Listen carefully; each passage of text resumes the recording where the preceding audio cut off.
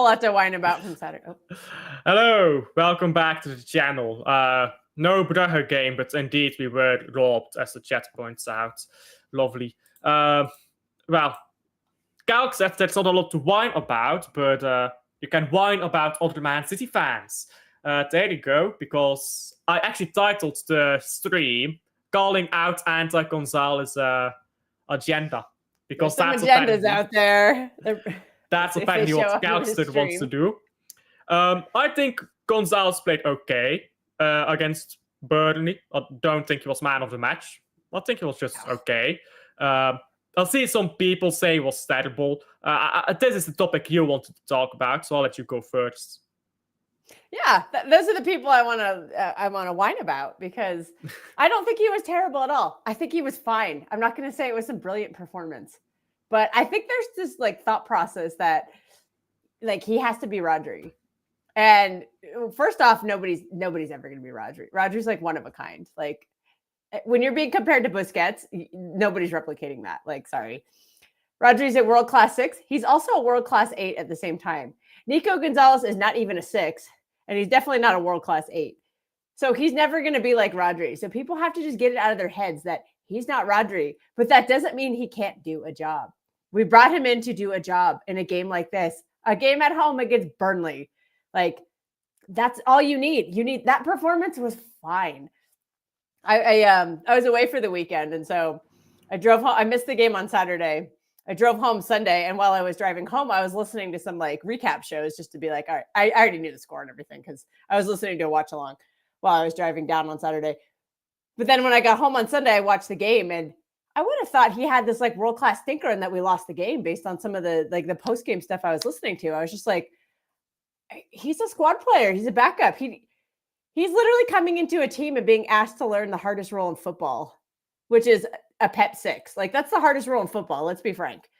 Like, every single 6 that Pep's ever had has been like world class. So you're asking him to be that person right away. He hasn't even been with the team for a year. It's like, we keep hearing like, let's give everyone a year. Let's give everyone a year. Does that not apply to Nico Gonzalez? And his first half a season, he was benched for most of it at the end. So I just think people have to relax. Like, I think that's the tier of game you can start him as a lone 6. Like, there's certain, like, throughout the course of a season, promoted teams at home, even maybe promoted teams on the road, you can play him in those games, or teams that are likely to be promoted or likely to be relegated. Start him as a lone 6 on there. You can also start him against mid-table teams, but give him a babysitter. Give him a Bernardo Silva or a Mateo Kovacic next to him. I don't think Tijani Reinders and him right now is working, but we'll get into that later. But then against the big games, you're not going to start him. So who cares? Don't worry about it. If he's starting against Burnley and you're saying he had a bad game, and that causes you to freak out about him starting at the Bernabeu, guess what? He's not starting at the Bernabeu. He's absolutely not starting in that game. I know he did last year, but like, I think people just have to relax and like give the guy a chance. He started last year at the Bernabeu because Rodri was injured. So and when Rodri is injured, would you rather start Rico Lewis, or would you rather start Nico Gonzalez in that 6? So it's not optimal. Sure, if we want to sell him in January or the summer, sure, go buy someone better because there are better out there. But I'll see people acting like this guy's the worst player to ever touch a football pitch. It's actually ridiculous. The goal that we conceded against Burnley, that's not really Gonzalez's fault, in my opinion. I'm hearing people say that is his fault, and I tried to call him out on it, and they said he gave a bad pass to Nico O'Reilly, and I was like, okay, so it's Nico Gonzalez's fault that Nico O'Reilly then made a bad pass straight to a Burnley player, who then proceeded to do a whole bunch of buildup and then score the goal. I was like, how? You are grasping at straws if you think Nico Gonzalez was responsible, like, purely for that goal. Now, if you want a perfect example, you can say that second goal against Spurs. That was absolutely his fault. That was terrible. Yes, you can blame on him, but the goal against Burnley, no, you can't blame him for that. The second goal against Spurs, isn't that a pass from Trafford? Yeah, but he collected the ball terribly. Like he shouldn't have been demanding the ball. Yeah, but the whole back to goal thing that we've gone over before. Yeah, but you don't play It a was pretty pass like awful. that. I'll blame him for that. It's fine. Like I can't, see, I can No, call no, him no, out no, too. I'll call no. him out. But I can blame him for plenty of things, but you don't blame a player for being put in a position like that in your own box. That is not his fault, because he should not be in that position to begin with. Trafford puts him in that position. So that's Trafford's fault. I feel like a lot of people just collect everything they can to put on Gonzalez, which often just isn't true. This playing with his back to play thing. Nobody was talking about this last season. This all appeared recently out of thin air. I don't know why. I don't know if it's a quote or if a big streamer says this, but it's nonsense. He plays with his back to play just fine. Does he do it at Rodri's level or Tijani's level? No. But he's not losing the ball whenever he gets passed into him with his back to play. Against Burnley, he was playing with his back to play quite a few times. He lost the ball maybe once or twice, which is actually the lowest for our midfielders. So, I don't know. People are ignoring a lot of the positives. What was the biggest problem with our midfield last season? We could not win the ball back, or we won no duels. We had no physicality. We had none of that. Like, he's one of our top duel winners. And, like, that's a positive in our midfield, especially when Rodri's not there. Like, encourage that. Like, I think he's getting better, too. Like, even just from the start of the season, like I'm noticing improvements. Like I know there's the big flare up of the whole, like, after the Huddersfield game, like him and Pep were having the coaching session. And I even publicly questioned that. I was like, I don't know if this is a good thing or a bad thing. I'm hoping it's a good thing. I didn't know if it was a bad thing, but like you see him responding to like things. I think he is getting better. It's not like, the progress is like a bell, like one of those bell curves or whatever, but little by little, he is getting better, and he's bringing a lot of positives to our midfield when Rodri is out. He'll never be Rodri. So anybody comparing him to Rodri, I think is just, you're always going to be disappointed because he'll never get to that level. But that doesn't mean he can't help us. He can't help Rodri by giving him a break in a game like that, or coming in late when he's tired. Like he can still be a good player. And then, if he's not happy with that role, if he wants to be more than just like the guy who plays the shit games and then comes off the bench, if he's not happy with that, then he can leave. Like no one's gonna hold him hostage, but like Alvarez. But maybe he wants to do that and try to get better and improve. And then if he does improve, as we've seen with other players, when you improve, you tend to play more. Alvarez was an absolute quality player, and he could not get in ahead of Haaland. He didn't have a chance. And he wasn't happy with it. Okay, jog on. Your loss. What did you win with Atletico? Hey, maybe if you stayed at Man City, you could have helped Man City when we had it difficult, and we could have won a trophy. Hey, your loss, not our loss. Tough luck. Imagine him in that FA Cup final. That might have been. Yeah, might have been better scored than that penalty. Oh yeah. Oh, ouch. So I feel like these players, if they're not good enough to start, are they good enough to be rotational? I think he's good enough to be rotational. Use him rotational. I want to see him play as an 8 in some games too. Like, yeah. At some point in the season, maybe a smaller game at home or something, or smaller. Yeah. Quote unquote. I would love to see him and Nico G and Rodri play next to each other to start the game. Like that could be very interesting because I think the two of them could kind of pick and choose who goes forward, and depending on the moment, and just having him on the pitch there, like having Rodri there, I think Nico could learn a lot of lessons, like in-game lessons that you're not going to pick up in training. But I know that idea was kind of bounced around for the Arsenal game, and maybe that's not the game to try it, but there will be games to try it. So it'll be interesting to see when or if that happens. But I think the problem is with Kovacic coming back into the team. I think he's going to suck up a lot of those minutes, and that's unfortunate because I don't think Kovacic is going to be here next season. So for me, I'd prefer the player who is going to be here to get more of the development. But I mean, we don't seem to work that way. So, if Pep decides Gonzalez isn't good enough, I'm going to go buy Baleba. Let's say, I don't think we'll get Baleba, by the way, but let's just say Pep decides this guy is shit. I want Baleba. We go talk with Baleba. everything's good. We sign him in the summer. We agreed to deal. We're going to sign him in the summer. If you then decide, yeah, I'm going to play Kovacic and Gonzalez won't touch the pitch again, that's not a problem if Kovacic is a better player. But I'll still, you put this guy in the 8, I think he's going to have good games. You put him in the 6 against a weaker team, I think he's going to be good enough. We've got him for this season. Use him and don't say he's shit when he plays a good game. He played a good game against Burnley. Was he great, world class? No, but he wasn't shit. So why do people keep saying he was shit? Foden wasn't world class that game. Was Foden shit? Oh, I thought Foden was actually pretty good in the game. It didn't show up on the stat sheet, but I thought he created a lot of chances. He was like the guy who he created the opportunity for other players to thrive. Yeah, but I think he was a bit of a ghost. I think he was a bit quiet that game, to be fair. That's fine, though. Everyone seemed kind of lulled in the first half at the end. Yeah. But then they came and sucker punched him in the second half. So that was that was a 3-1 game, not really a 5-1. The 5-1 at the end made it seem like a much different game. But I was like, yeah, those both came at the end of the game. And then triple captain Holland was probably like, yes. To be fair, Burnley did collapse at the end there, so. Hey, it's never too early to worry about goal difference, right? Stat pad, why not? Burnley could be getting relegated on goal difference, so maybe they should worry more about that. Ajax are losing, by the way. Big up to Ajax. Oh, I forgot games are on. What's the big game on right now? Is it Liverpool or? Yeah, Liverpool. Galatasaray, Liverpool. Bayern Munich is playing some Greek farmers. I'm gonna put some on. PAOK? Is PAOK in the Champions League? Yeah, that's who Bayern are playing.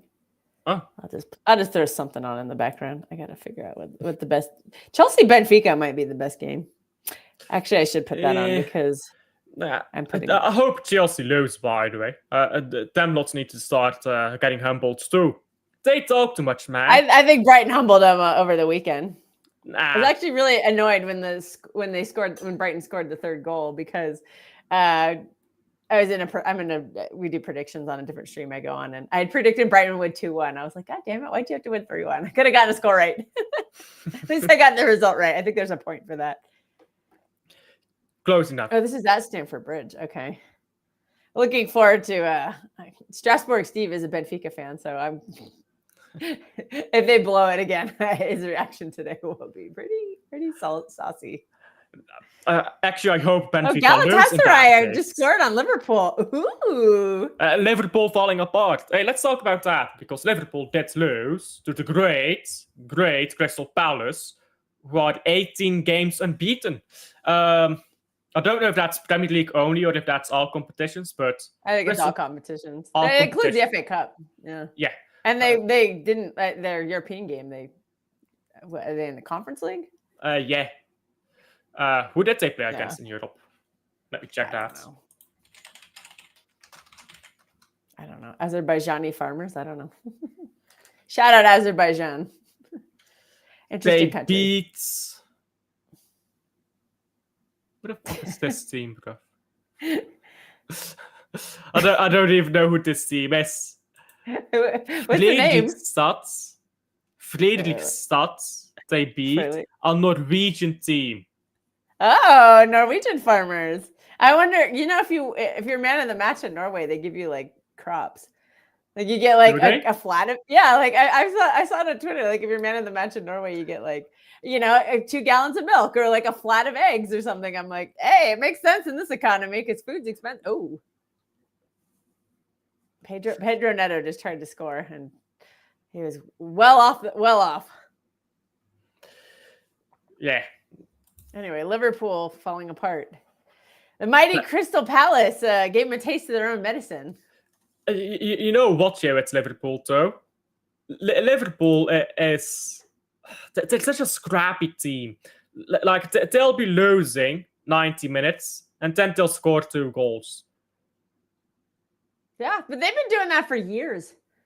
That's why they had that streak at Anfield for so long, because they just kept getting those over every time. And have you noticed too that there's a conspiracy theory out there that every time that they're drawing or losing, you get 10 or 15 minutes of stoppage, and then if they're winning or that's very just close, then there's only 3 minutes of stoppage or something. You know what I mean? That's just not true though, because Arsenal got like 7 or 8 minutes of stoppage time against Liverpool when they were losing 1-0. So you know what it is, yeah. The referees are shit. They always give the benefit of the doubt to the big teams. Always. Yes. Look at Real Madrid. and we benefited Look at from Barcelona. that too. Look at Man City goal. recently. Chelsea scored. Who was that? Look at Man City recently.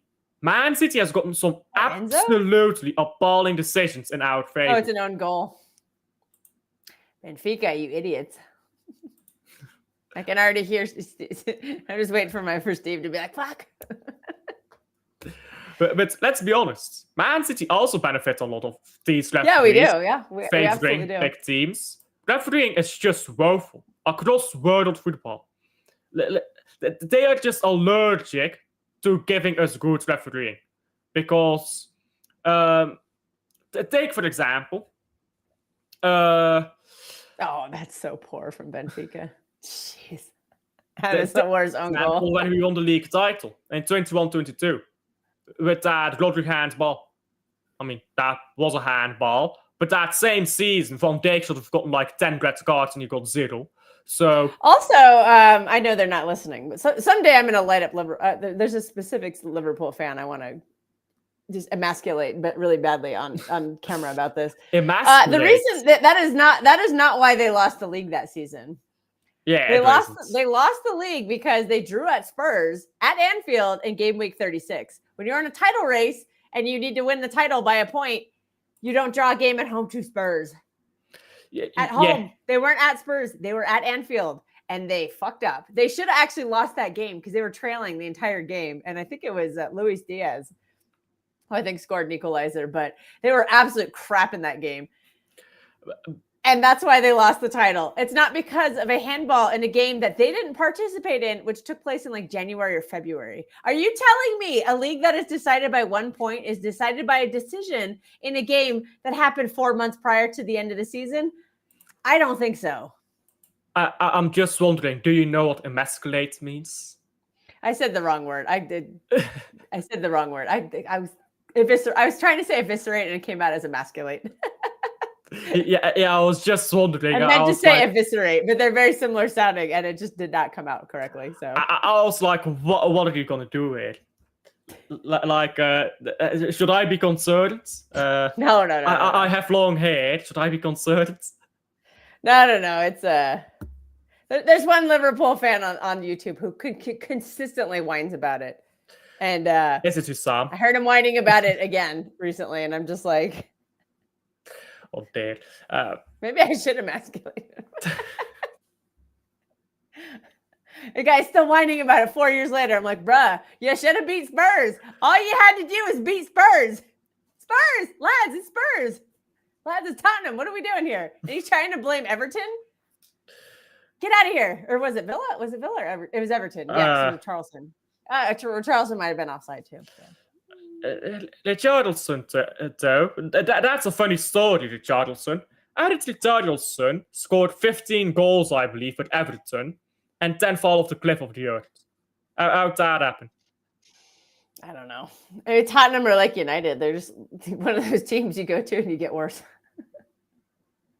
17th place last year, don't forget. Don't let that trophy deceive you.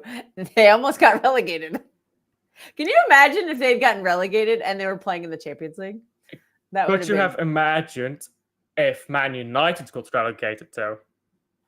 That would be just joyful, but I just think it'd be hilarious to be like playing in the Championship and then also playing in Europe. Because, like, does that ever happen? I know you theoretically can, but like, I know that and you never see it. I know that Wigan played in Europa League while they were because they won the FA Cup. Yeah.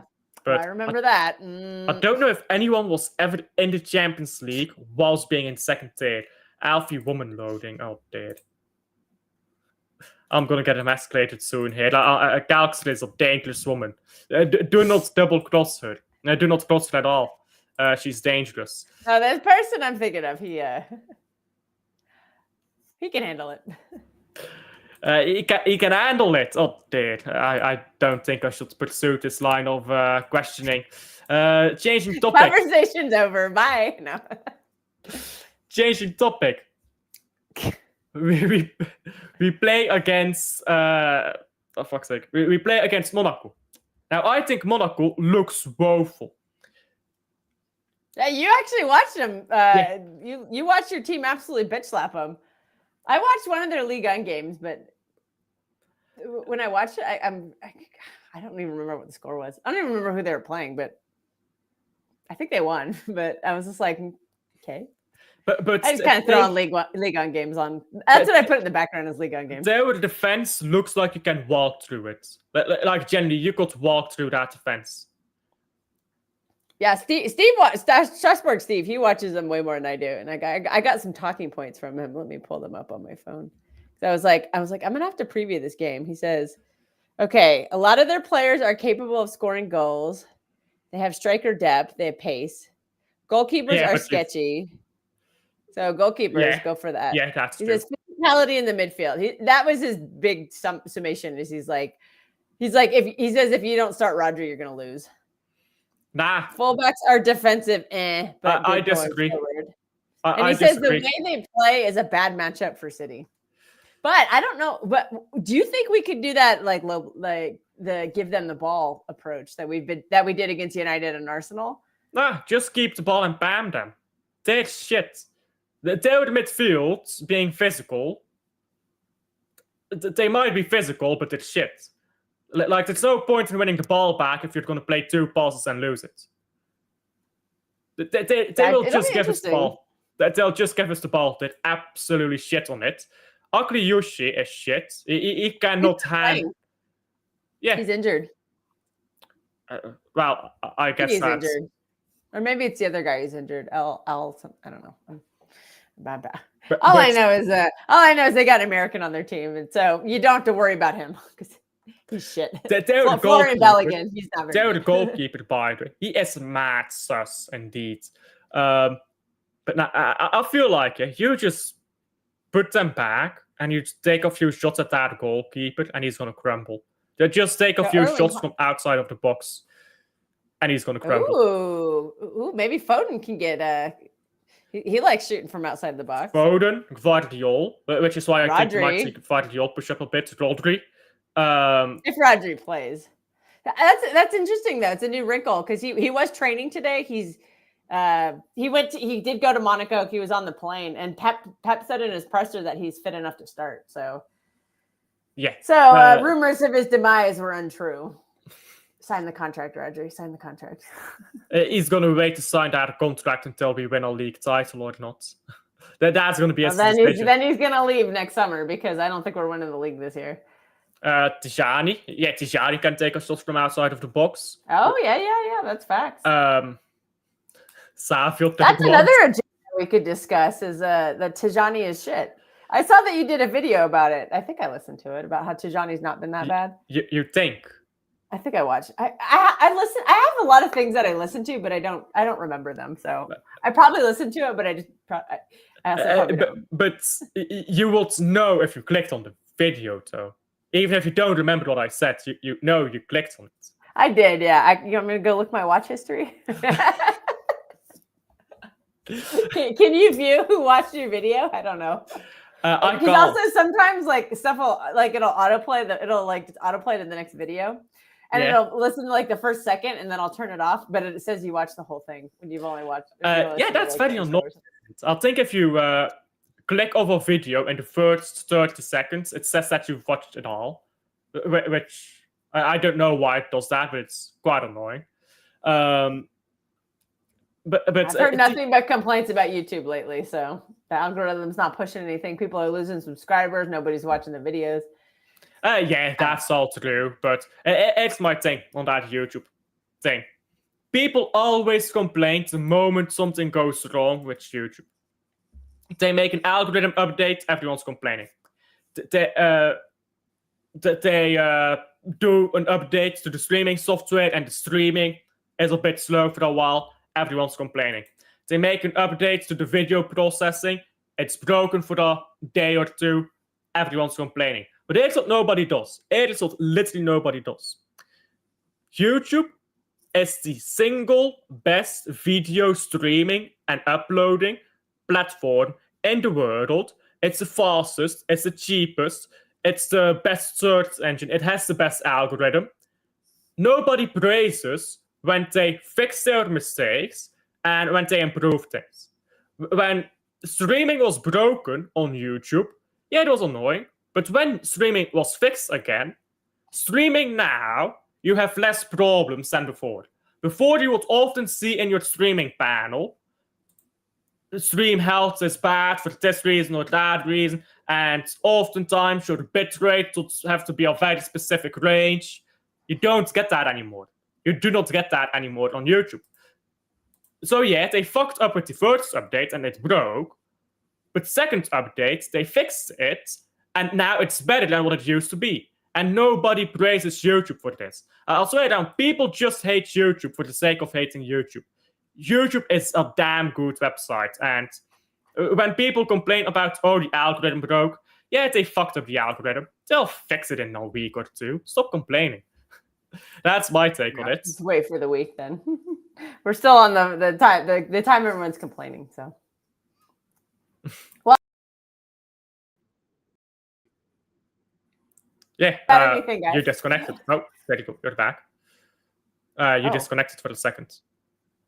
Okay. You're back now, so. I'm not delayed again, am I? Because remember, we had that one time. You are. Yeah, you are delayed. Here, I'll exit and come back. How does that? I'll do that. Kelkster stinker and hooked, guys. Kelkster stinker and hooked. I think it might be my OBS, to be honest. I don't think I've updated my OBS yet. There you go, talking about updates. I don't think I've updated my OBS yet, so I think that's what's causing it. Because I'm feeding this into my OBS, and when you feed something from the internet into OBS, and your OBS is not to the latest version, sometimes it breaks.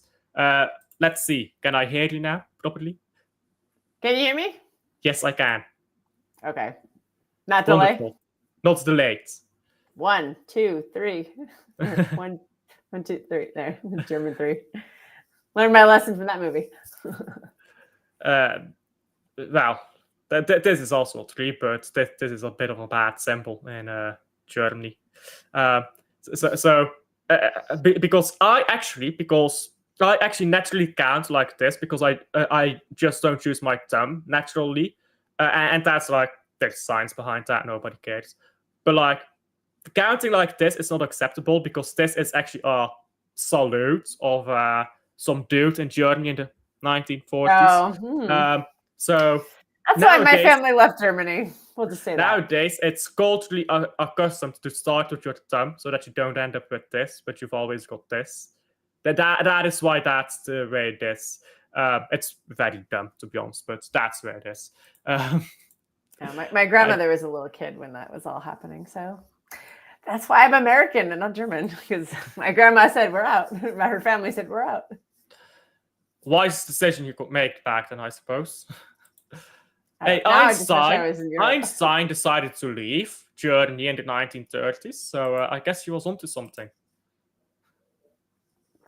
Smart. Yeah, if you had money, to be fair, that's not the thing, and it's.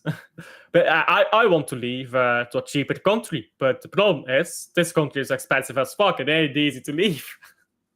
I'm trying to leave America to go some. I want to go to Portugal because they're dirt cheap. So.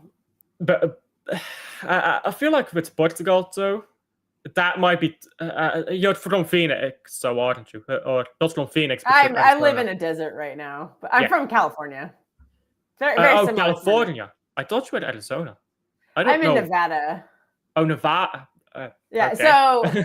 So yeah, California's on the coast, and then directly east of California is Nevada, and it also borders Arizona. Yeah, Arizona's right.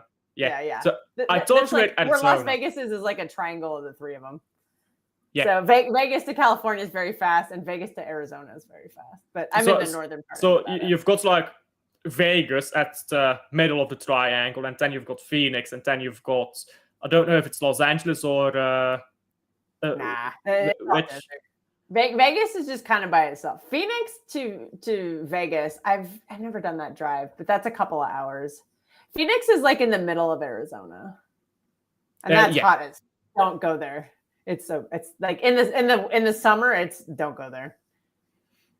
It's like 40. It's like 40 degrees plus the whole summer. I don't think I'd go to Phoenix anyhow. Like what do you do there? I mean, there's a lot of. I mean, there's the Grand. Everyone goes for the Grand Canyon, but that's up north. You got to drive a couple hours. But in Phoenix, there's actually in Phoenix, there's a lot of retirees. It's a really popular place in the winter. There's a lot of golfing. There's a ton of golfing. A lot of people from Canada, usually they have second homes in Arizona. And so they don't want to deal with Canadian winters. So they stay in, it actually gets kind of cold there in December though. Like it's down, 15 degrees or whatever, but it's very nice in like late January to like Marchish. That's always like mid 20s to like low 30s, which is actually very pleasant. But no, there's the golfing.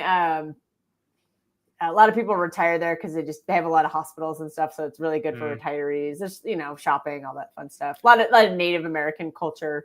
So there's a lot of like cool stuff to do with that. There's a ton of like outdoor activities, not in the summer because it's too hot, but like in the swing season when it's not as hot, like there's a lot of really cool like hikes you can do in town, or you could go out into the desert and do, a lot of high mountains. It's like a high desert. So it's surrounded by mountains. So there's a lot of hiking and activity, like rock climbing, that kind of stuff. A lot of stuff to do there if you're into that. Yeah.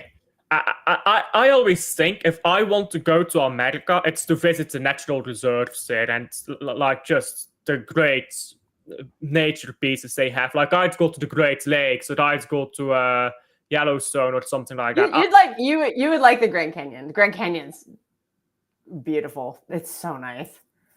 Yeah, but I've been in the summer and I've also been in the winter, so it's actually it's quite. That's great. Like, the Sierra Nevadas. That's where I live. The Sierra Nevadas. Oh, unbelievable! Like the nature is stunning. I live near this place called Lake Tahoe. Absolutely beautiful. Just it's a glacier. It's a former glacier that turned into melted into a lake, and it's very deep. And the watercolors are beautiful. The water is so fresh and pure. A lot of snowbirds up here too. A glacier that melted into a lake. I don't think I'm not speaking well today. No. I've never heard of something like that. So what happened there? Did the glacier get stuck in a piece of land and melt? Is that what happened? Yeah. It like carved it like calved, and it dug its own hole basically.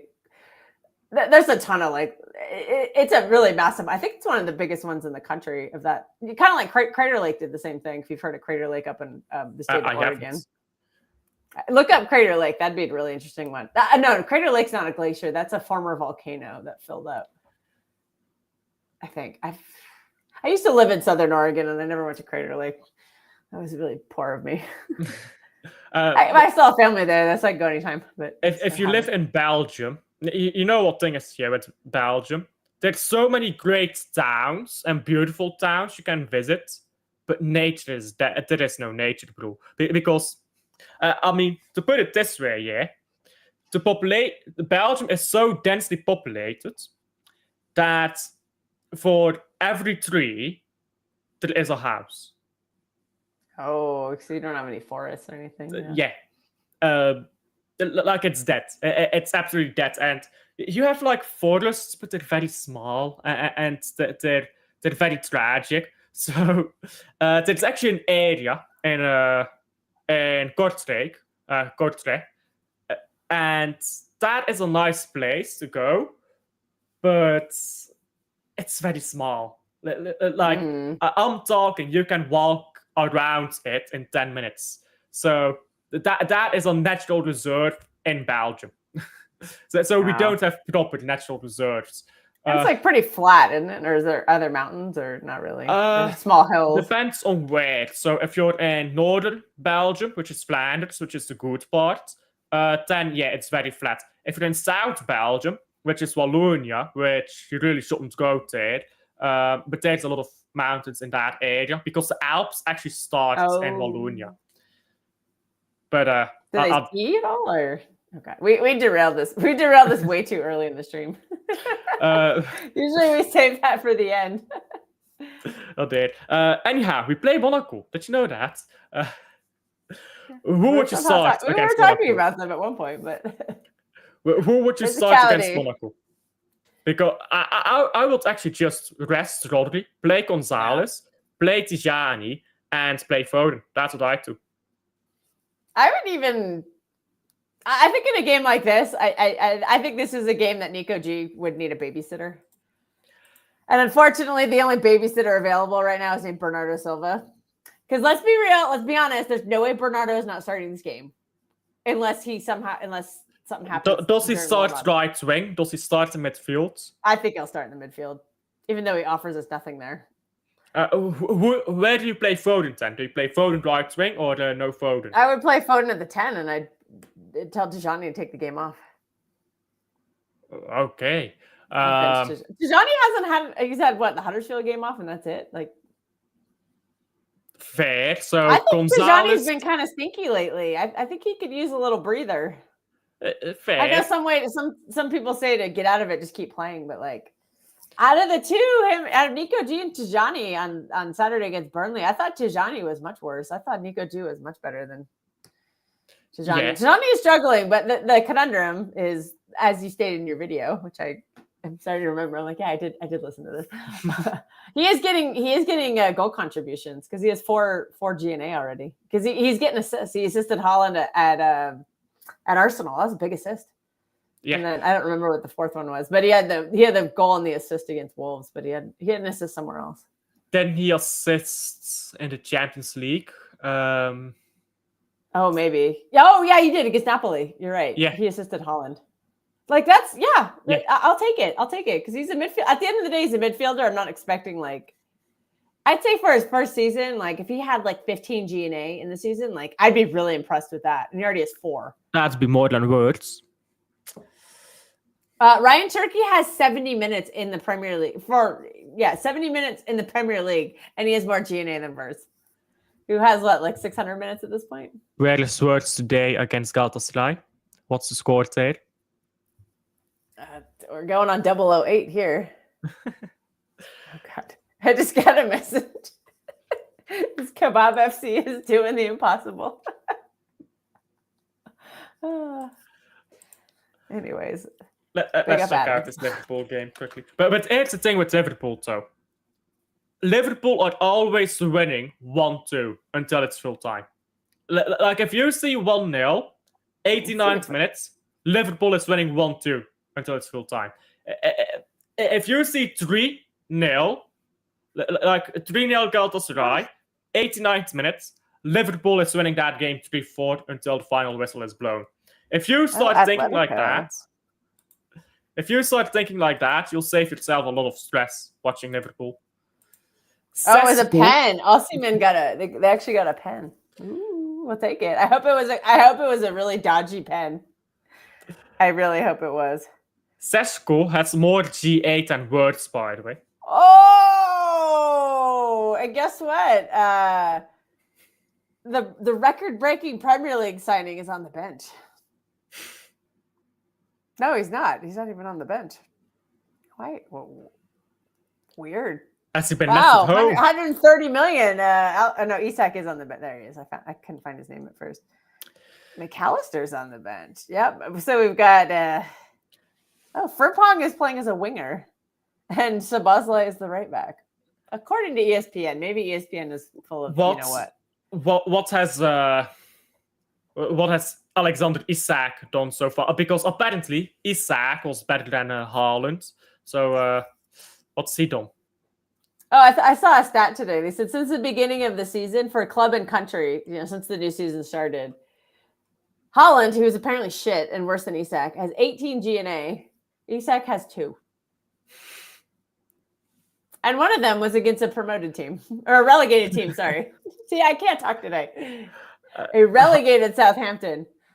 Wow. Although the best part of that game was Ekitike going taking his shirt off. Remember me? It's no one's remembering you because you're getting suspended. Red card, idiot.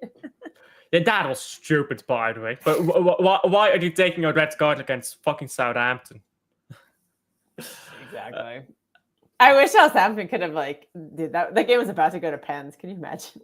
Imagine if Southampton equalized after that red card and then won on penalties. That would have been so good. I like this though. Let's keep this downward momentum, because we know momentum. It's a good thing, but it can also be if you have bad momentum, we saw it last year with our team, because remember we started out the season we had the results, but the performances were awful. And all it took was one loss, and we just spiraled. So, yeah. Knock on wood. If Liverpool spiral out of control, Arsenal cannot win anything. I swear that manager is allergic to trophies. You gonna say hi? You gonna say hi? Hello. This is her normal face. Let's see if I can get her to. Yeah. Okay. The cat's being a little needy, so she just wants some attention. So everyone in the chat, say hi to the cat. No, send Katniss some love. I love the name Katniss, by the way. Yeah, it's from Hunger Games. Yeah, I know, but yeah, I'll probably mention these little ears. And then it's hard to name a black cat, so. Hi, Katniss. Beautiful. I was reading Hunger Games, and I was just like, yeah, you're an adopted cat, so you've had to survive some hardships. Is it spelled with a K or a C? Oh, definitely a K. Just like the book. Those are you wrong. It's a K, not a C. It's just like the character, literally a Katniss Everdeen from Hunger Games, which is Katniss.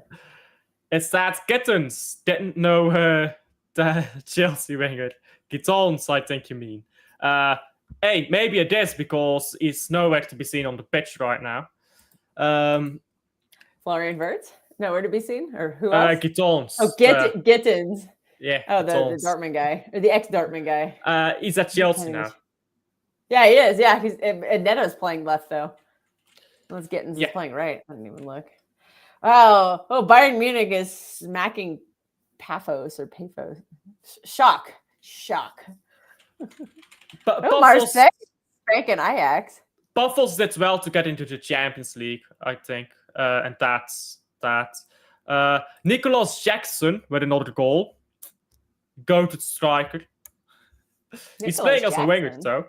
No, that was an own goal. That wasn't Nicholas Jackson. No, it's credited to Jackson. Oh, ESPN still says own goal. It was a clear own goal. Do you remember the Burnley game in our 4-peat season where Rodri stuck it straight into the top? That's literally what happened. The defender literally just hit it and just went straight up into the back of the net.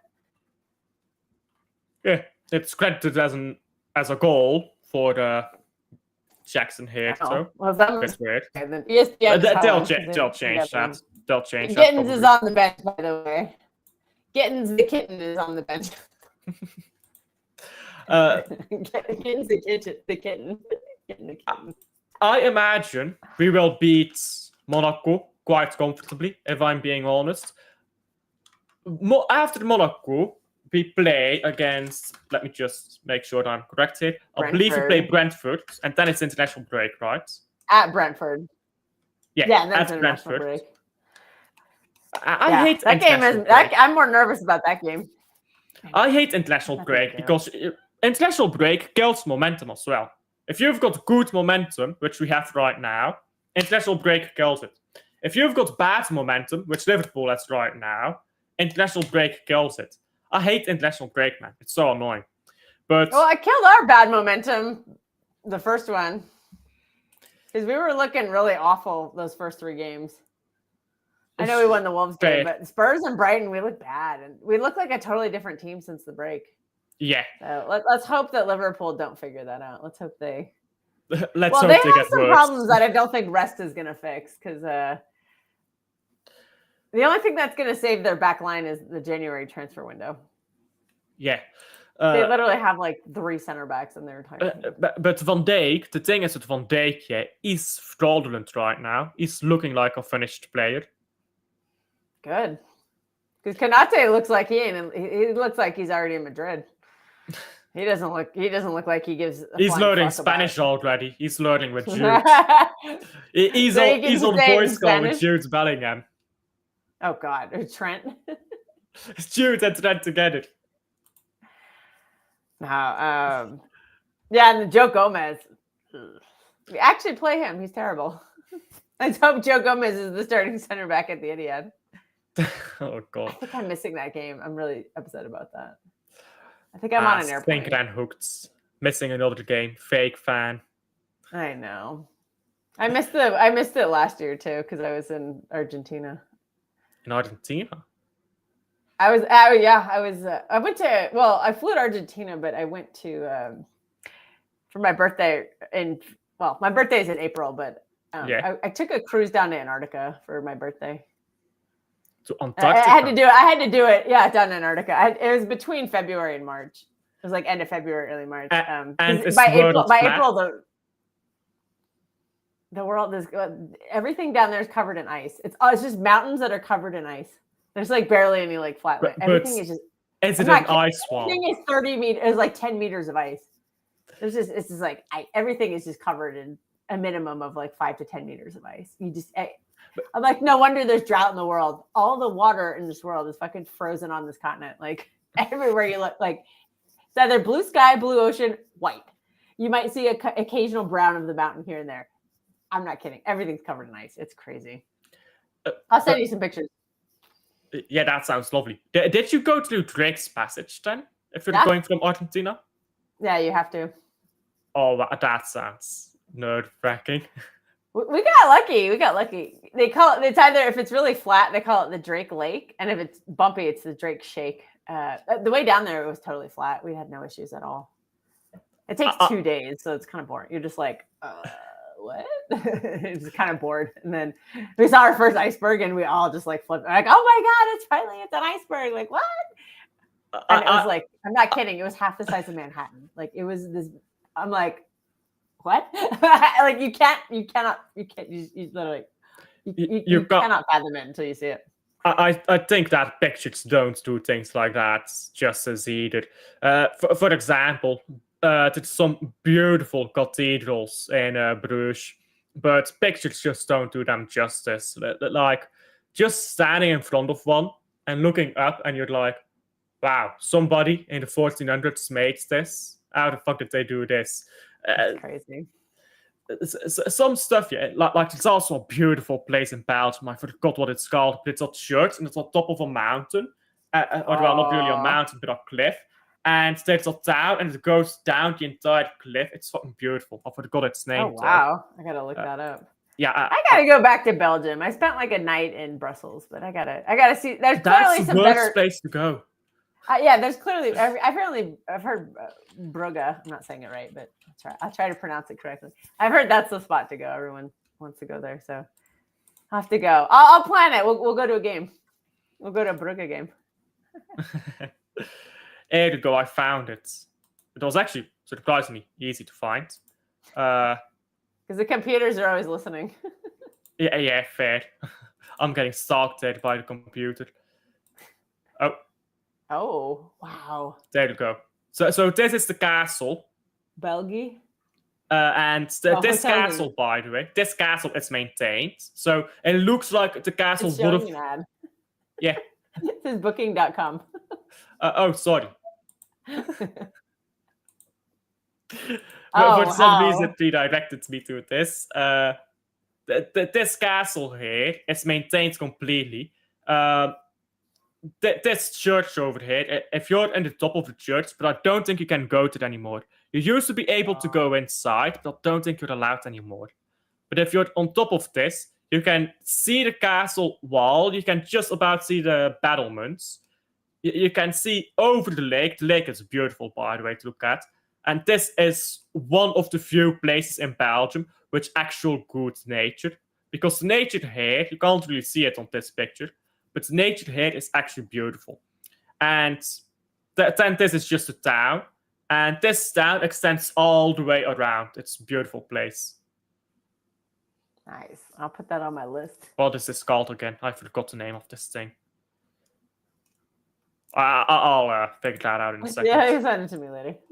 I'll send you some Antarctica pictures later too. Yeah. But by the way, they put Ghent second on this list for things to visit. Where did they put Brugge? They put Brussels third. Nah, go fuck yourself. Go fuck man, yourself. that was a sick pen. Almost took Allison's head off. Antwerp fifth. Where did they put Bruges?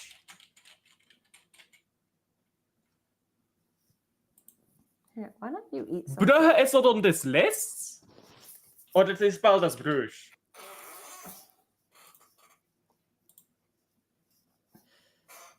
They put Newport on. Really? Newport? Newport is... Yeah, that's like... Imagine if you want to go to the beach, but you're broke. That's Newport. That does not sound Belgian at all. There's a place in... there's multiple Newports in America. Newport Beach in LA. That's actually pretty nice. Newport Beach. Oh. I guess Griezmann scored his 200th goal for Atletico. He was holding a shirt that said 200. I wonder if he got a yellow for it. Don't get sent off. They're winning 3-0. Who cares? I'm playing some. No, they're playing Frankfurt. Whatever. Back to football slightly. Interrupting Alfie and Kelk talk travel. Travel channel. Food, travel, anything but football, really. Unless you're traveling for football. Hey, there you go. And eating food at stadiums. You got to get the right food, of course. Oh, the footy scran, yeah. I know. I just saw that they're gonna. They might. The San Siro is probably going to be torn down soon because I guess. Oh yeah, stadium. It got sold to the two clubs, and they're. I did go to a game there. I went to a game there a couple years ago. I was like, I think they're going to tear it down soon. I better go. So I went. Yeah. The San Siro is not really worth going to be honest. It's not a good ground anymore. It's pretty ugly. Outside, I'm just like, ugh. Yeah, I mean, it's in complete disrepair. I think if it was like 20 years ago, it might be worth going to, but it's really not worth going to right now. You just let them tear it down. It's a mess. Same with Jan Bredel, by the way. They're building Olympia Stadium. Just wait for that to be finished, because Jan Bredel, it's genuinely one of the worst stadiums in European football. Which one is that? I don't know. That's Bruges Stadium. Oh, that's it's a Brugge place. Yeah, let me show you. I mean, this is an absolute mess of a stadium. We're kind of bringing it back to football. Close enough. A little bit. This is like peak international break content, and we're doing it now. Well, it's because the football is dead as well. Well, you think that we're gonna slap them, so I hope you're right. I don't know. I'm always a little nervous about these away games. Well, I could see it being like a 2-1 or something, but I don't know. Yeah. I just hope we keep the same back line because don't chop and change. Of course, it's difficult to find a proper image of Jan Bredel, but look at this is Jan Bredel. This is what Jan Bredel looks like on the inside. Oh, yeah. This is a mess. Oh, is that one of the toilets? Oh, jeez. Like this like place. A prison. It looks like a prison. No, I think you've seen better prisons than this. Jeez. Jan Bredel away end. The away end is a mess as well, but they're not going to show me good pictures, are they? Away end seats, maybe. Oh, come on, show me the pictures. Come on. There are literally rows of seats that are destroyed. But this picture is taken from the perfect angle so that they don't show. Because if you go behind camera here, there's literally rows of seats that are just destroyed. And I mean, look at these seats, by the way. They're absolutely disgusting, those seats. I mean, of course they don't put the pictures on the internet, do they? No. Genuinely, if you want to see the worst stadium of your traveling career, go to Jan Bredel and sit in the away end. Sit in the away end. You will have a miserable experience. Sounds like a great advertisement for the team and the club and the city. Misery also attracts attention. It's called masochism nowadays. They call it BDSM. You've got to be open-minded to that type of stuff. Anyhow, to round up on Man City. Predictions, by the way, for Monaco. I'll go with 3-0. I'll go like 2-1 City. Okay, 2-1. And after that, I think right now, we've got Brentford before the international break. Just play the strongest team because it's international break coming up. Yeah. I think we should win that, to be honest, because Thomas Frank is no longer at Everton. At Brentford. I think we can win that game. There's a bigger reason. That motherfucker Flecken is gone too. Because that guy turns into Prime Buffon every time he plays us. He's gone. So. Kalma, because he's at Leverkusen and we play them later on. I know, just our luck. Claudio Echeverri is going to dunk on us, isn't he? I hope not. He's not even playing right now. He's holding bench. So after the break, we immediately come up against Everton, which I think is perfect because Everton is Grealish FC right now. And Grealish is not allowed to play against us. I think we've got 3 games in a row there that we should win. Monaco, Brentford, and Everton. Then you've got a good run of games there. Until Aston Villa, I don't think we've got any immediate problems. And Aston Villa is doing very poor They're terrible as well. Right now, but they'll probably get better. So probably, but... I mean, it's difficult to predict that far into the future. But if Aston Villa keep up their current form, we could win every game until the Liverpool game. Possibly, yeah. And then what's annoying is it's like Liverpool and Newcastle back-to-back. I looked at the schedule and I said, difficult time, I'm out of here. I'm going on a holiday, so I'm going to miss both of those games. Oh, what a fake fan, Fake fan. Yeah. I booked this trip like over a year ago, so I just knew a year in advance what the fixtures were going to be, and I said, I'm out.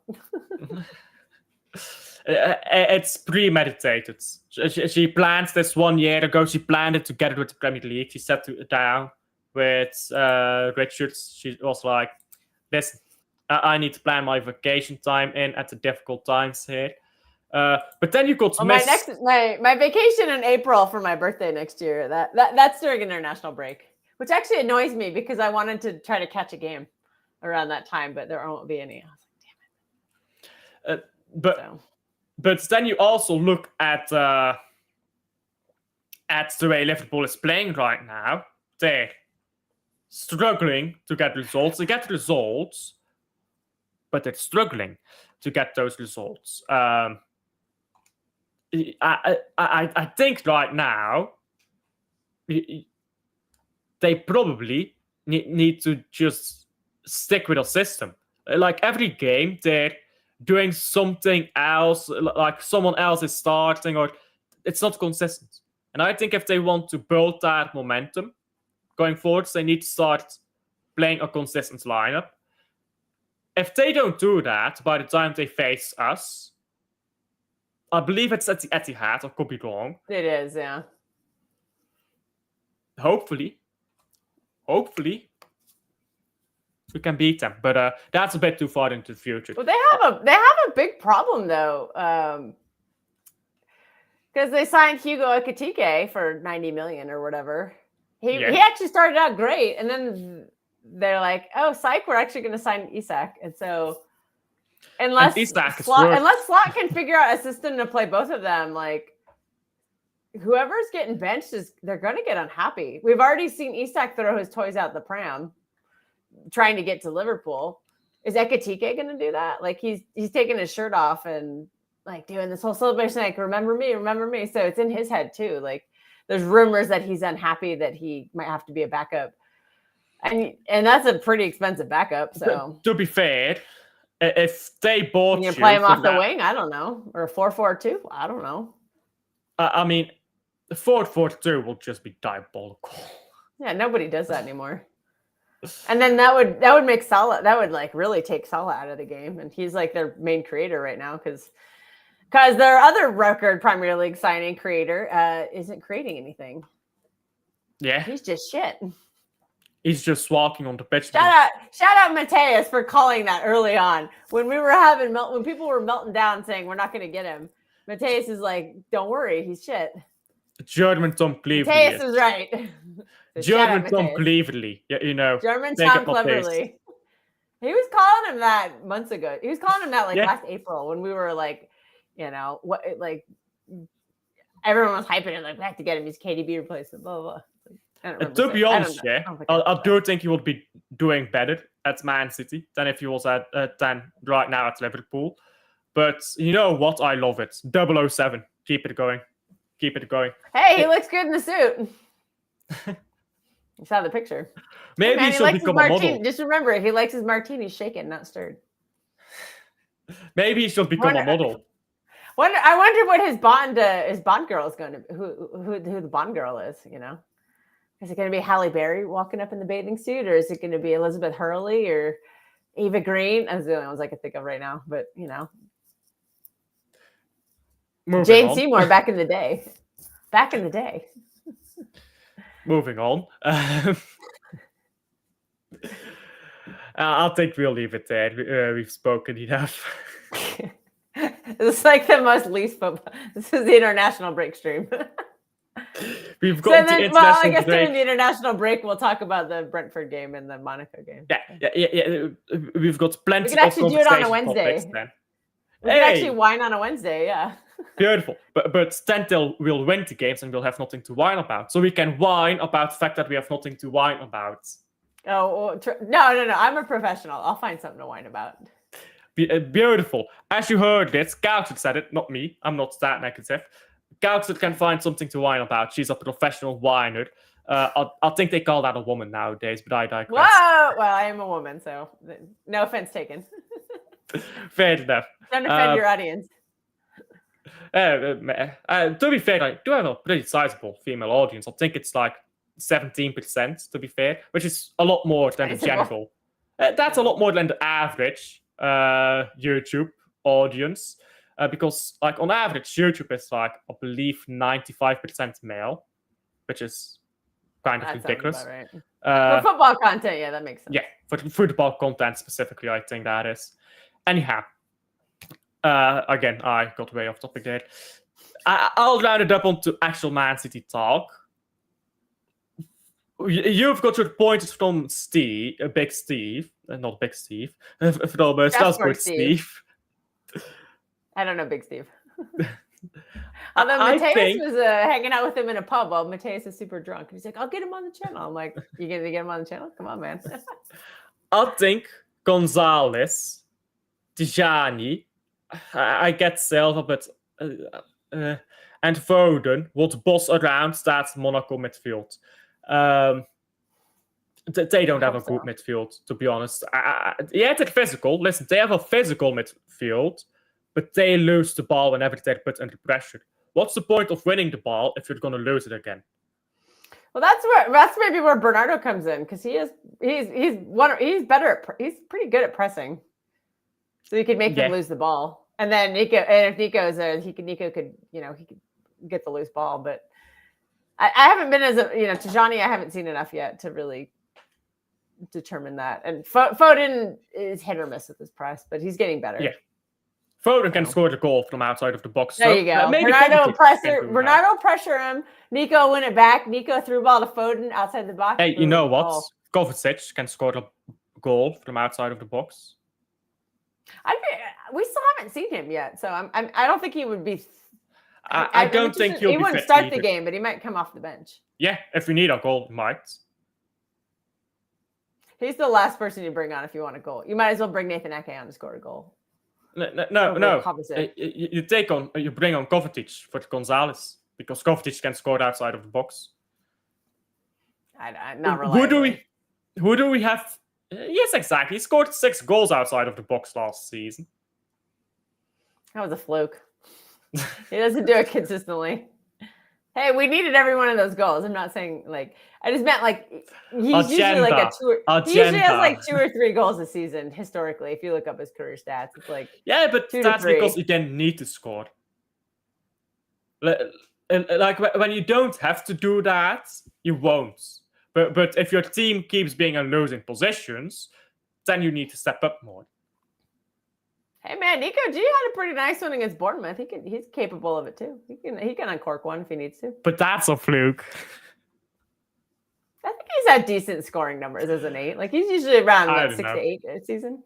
He had a lot more at Porto, but Porto's, But they don't. Because we saw from Gyökeres, Portuguese farmers, I mean, Ryan Shetty will be back. I doubt he starts, but no, he's not in the squad. They said they left him in Manchester. Really? Yeah, he's not in the squad. Not even on the bench. No. He didn't even go. He didn't even go on the plane. He stayed. Not even on the. Why not? Like you can at least go on the plane. Too soon. Oh no, Pep had a quote. He said like we're gonna be really careful with it because if he re-injures it, then he's gonna have to have surgery. Yeah, that would be the but you can go on the plane and go with the team, so swelling. I don't know. Surely for the team spirits, you'd take him with you. I would prefer to not see him play until Everton. Yeah, but he doesn't have to be on the squad list. Tell him to stay home from France, and then you can put him. You don't need to put him on the squad list, but you can just take him to France with you. It can be on the bench. Go home and visit his family or something. Like I don't know. Yeah, something like that. But take him to France with you. Put him on the plane with you and on the plane back. Like I don't know. That just seems like a squad building thing. It's like not maybe. Thing. Come on. Okay, the cat is gonna say goodbye because I don't want her on my lap anymore. The Katniss says goodbye, and I think that's where we'll have to end the stream too. Yeah. Thank you, Katniss, for coming on. Thank you, Katniss, for forcing Kelkster to come on again. Like and subscribe if you haven't already. So you've heard it from Kelkster first. She's a professional. You'll find something to complain about come international break, which is actually rather soon. Which I can complain about it being international break. I can do that. International break Kelkster reviews. Algorithm is dead right now. I'm gonna be double dead. Double jeopardy. You found some things to whine about, not just me. There you go. Like and subscribe if you haven't already, and I'll see you guys on the next one. Bye.